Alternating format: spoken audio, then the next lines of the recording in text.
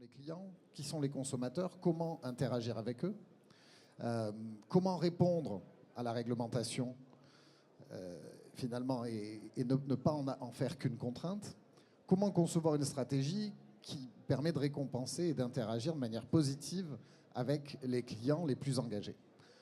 Pour les consommateurs, les problématiques sont de trois autres sortes. Comment puis-je avoir une confiance totale dans la bouteille? Alors, les questions d'authenticité, de traçabilité, des informations, des ingrédients.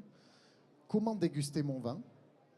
Comment le conserver? Comment le servir? Comment l'accompagner? Comment en parler? Quand le boire? Comment me sentir reconnu en tant que client premium lorsque je le suis par le producteur?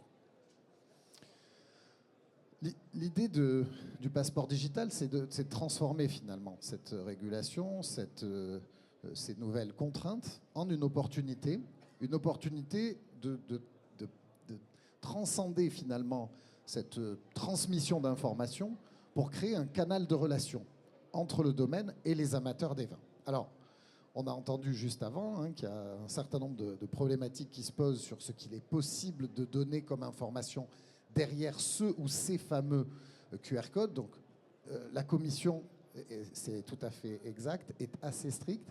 La DGCCRF est plus ouverte. Donc, on a sur notre stand Ariani une démonstration qu'ils ont validée, sur laquelle ils nous ont dit oui, c'est OK. Si derrière ces informations nutritionnelles, on a la possibilité d'entrer en relation avec le domaine en collectant le passeport digital. Et donc, c'est de ça qu'on va parler. L'idée de tout ça, c'est de chercher un impact business. C'est-à-dire, on a déjà des contraintes, on va devoir identifier de manière unique les produits, on va devoir être capable de partager des informations sur la façon dont ils sont faits. Finalement, quel est le retour? Comment aller chercher pour le domaine un retour sur investissement à travers la relation avec l'utilisateur? Évidemment, on va traiter la question de la régulation et de la transparence, mais l'idée ici, c'est d'essayer d'être en lien direct, finalement, en lien direct avec ceux qui sont les plus engagés, ceux qui font des achats répétés, ceux qui collectionnent les vins, avec cette idée qu'il est moins cher, dans toute situation, d'amener quelqu'un qui est déjà en relation avec la marque, avec le domaine, à évoluer à l'intérieur des vins ou de l'offre du domaine, plutôt que d'essayer d'en chercher de nouveaux. Qu'est-ce que c'est qu'un passeport numérique? C'est un passeport dans lequel on trouve les informations sur le produit. C'est aussi c'est une preuve de propriété. Une preuve de propriété que je vais pouvoir générer, soit le jour où je viens visiter le domaine, soit chez un partenaire. Et c'est évidemment un outil d'engagement et de CRM, puisque c'est une data, c'est une donnée sur la possession. Évidemment, l'objet de tout ça, c'est de s'assurer que le passeport numérique permette, dès le début et de façon prioritaire, de partager les informations basiques et les informations obligatoires et réglementaires.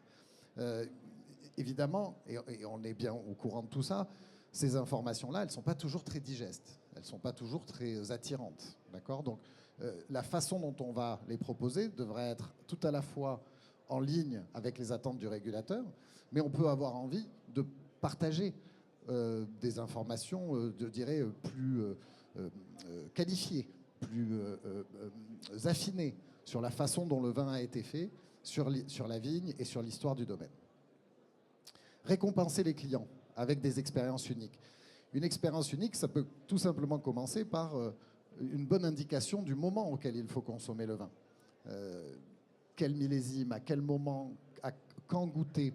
Toutes ces informations-là, aujourd'hui, on peut les partager en one-to-many. La possibilité d'avoir accès, d'une certaine manière, à ce que la personne collectionne, à ce qu'elle a activé, peut permettre aux vignerons d'interagir directement. De rentrer dans un système de reconnaissance de l'achat, de reconnaissance de l'achat répété. Et finalement, de permettre de cibler les détenteurs d'un millésime pour leur proposer de découvrir d'autres cuvées, d'autres vins proposés par le domaine. Alors, à partir de ça, la possibilité de créer des expériences sur mesure, des dégustations virtuelles, des offres exclusives, finalement, construire avec des outils simples un système d'interaction et de fidélité avec l'utilisateur. Donc là, on voit un petit peu à quoi ça peut ressembler. Donc, on est après le scan. Est-ce que je crois que si j'appuie, bon, ça doit normalement fonctionner. Non. Bon, il faudra venir le voir sur le stand. Je pense que j'ai une petite vidéo là. Je ne sais pas si en régie, on arrive à appuyer sur la vidéo. Je ne sais pas si la régie m'entend. Vous pouvez juste allumer la vidéo, s'il vous plaît. Je vous remercie.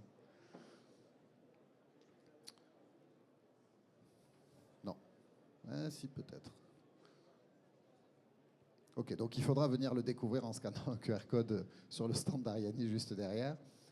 Ce que vous découvrirez, c'est ce nouveau call to action ici, cette nouvelle possibilité qui est de récupérer un passeport. Donc dans le monde de la donnée client, il y a généralement deux types de données. Il y a la donnée qu'on collecte, qu'on appelle de la first party data. Donc on pourrait avoir un champ ici qui dit « donnez-moi votre email ». À ce moment-là, je sais que la personne a interagi avec moi.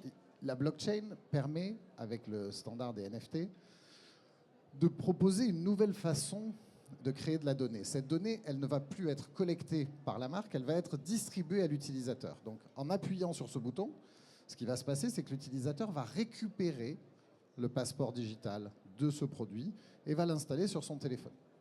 Et c'est à partir de cette nouvelle forme d'interaction dans laquelle l'utilisateur contrôle sa donnée qu'on va pouvoir activer l'ensemble des expériences que je vous présentais précédemment.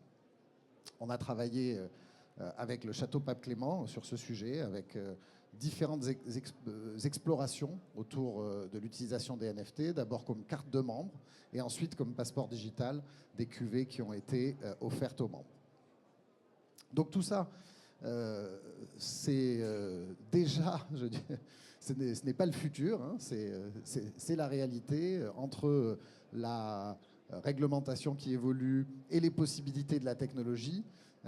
C'est beaucoup moins compliqué que cela peut paraître et surtout, c'est pour une fois une véritable possibilité de créer des interactions directes avec les utilisateurs, de les accompagner dans l'expérience des vins d'un domaine avec une approche tout à fait nouvelle de la donnée qui n'est plus collectée mais qui est distribuée. Voilà ce que je voulais vous raconter aujourd'hui et donc je serai ravi, s'il y a des questions, de pouvoir y répondre. Merci beaucoup. Est-ce que nous avons des questions ?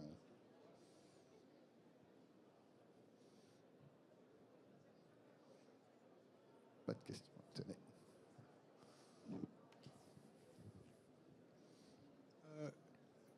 Juste sur le vocabulaire que vous utilisez, NFT, passeport numérique, c'est la même chose ou pas pour vous? Alors, le passeport numérique, c'est un des cas d'usage du NFT. Le NFT, c'est une norme, c'est-à-dire qui permet de créer une sorte de capsule de données à propos d'un produit, d'une œuvre, de ce qu'on veut, et qui permet à la personne qui interagit avec d'avoir le contrôle sur cette donnée, de pouvoir l'avoir dans son téléphone, la transférer, la faire évoluer. Le passeport digital, c'est un cas d'usage de ce NFT. D'accord, ok. Vous avez parlé de vin principalement. Est-ce que sur le domaine des spiritueux, je pense qu'il y a des cas d'usage. Bien sûr. Il y en a en fait. Et pour vous, vin versus spiritueux, est-ce qu'il y a un potentiel d'exploitation plus fort sur le spiritueux, par exemple, que sur le vin? Alors, on travaille actuellement sur 2 projets qui vont sortir cette année, 2 ou 3 projets sur des spiritueux qui sont en cours de déploiement, donc je ne peux pas trop en parler, mais en effet, on aurait tout à fait pu dire vin et spiritueux. Ce qu'on voit, c'est que dans le domaine des spiritueux, vraiment, l'angle est vraiment beaucoup plus est complètement sur la loyalty et la fidélité. Ouais. Voilà. Ok, merci.